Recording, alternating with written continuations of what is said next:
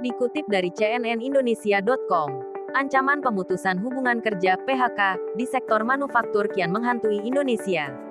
Terbaru, sebanyak 54.000 buruh PT Nikomas Gemilang yang merupakan pabrik produsen sepatu dengan merek dagang Nike terancam kehilangan pekerjaan.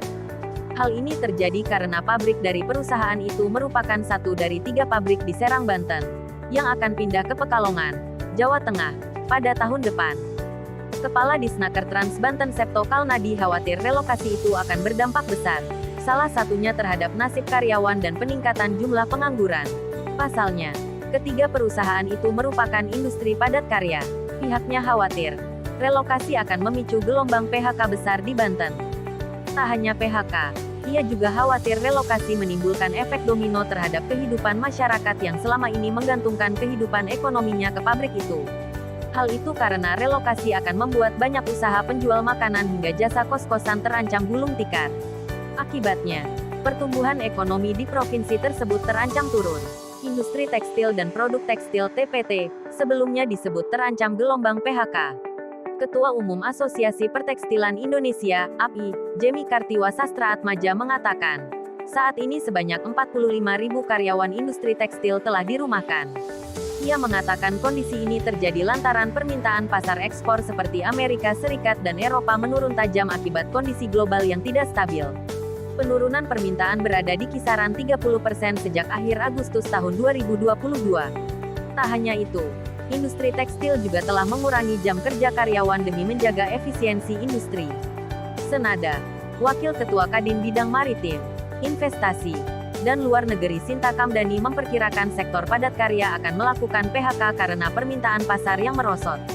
Sementara itu, Menteri Koordinator, Menko, Bidang Perekonomian Airlangga Hartarto mengungkap alasan munculnya ancaman PHK di industri tekstil. Ia menyebut perlambatan ekonomi terjadi pada mitra dagang Indonesia yang berimbas penurunan permintaan ekspor. Permintaan yang melambat ini membuat stok yang sudah diproduksi oleh perusahaan menumpuk, sehingga terjadi kerugian. Karenanya, mau tak mau pelaku usaha menghemat pengeluaran dengan memberhentikan pekerja. Dengan kondisi ini, Airlangga mengatakan pemerintah akan melakukan kajian dan melihat kondisi di lapangan untuk mencari solusi agar PHK besar-besaran tak terjadi. Terkait restrukturisasi kredit, menurutnya hal ini sudah dikomunikasikan dengan Otoritas Jasa Keuangan, OJK. Pemerintah dan OJK akan melihat industri padat karya mana yang betul-betul membutuhkan bantuan.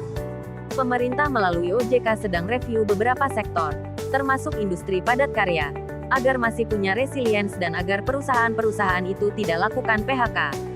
Di sisi lain, Dirjen Pembinaan Hubungan Industrial dan Jaminan Sosial Tenaga Kerja, PHI dan JSK, Indah Anggoro Putri mengimbau para pekerja tak perlu panik dengan isu PHK. Pasalnya, pemerintah akan melakukan berbagai langkah untuk mencegah hal tersebut terjadi. Terima kasih sudah mendengarkan berita Muria Raya. Dukung kami dengan cara subscribe, like, serta share agar channel ini semakin berkembang.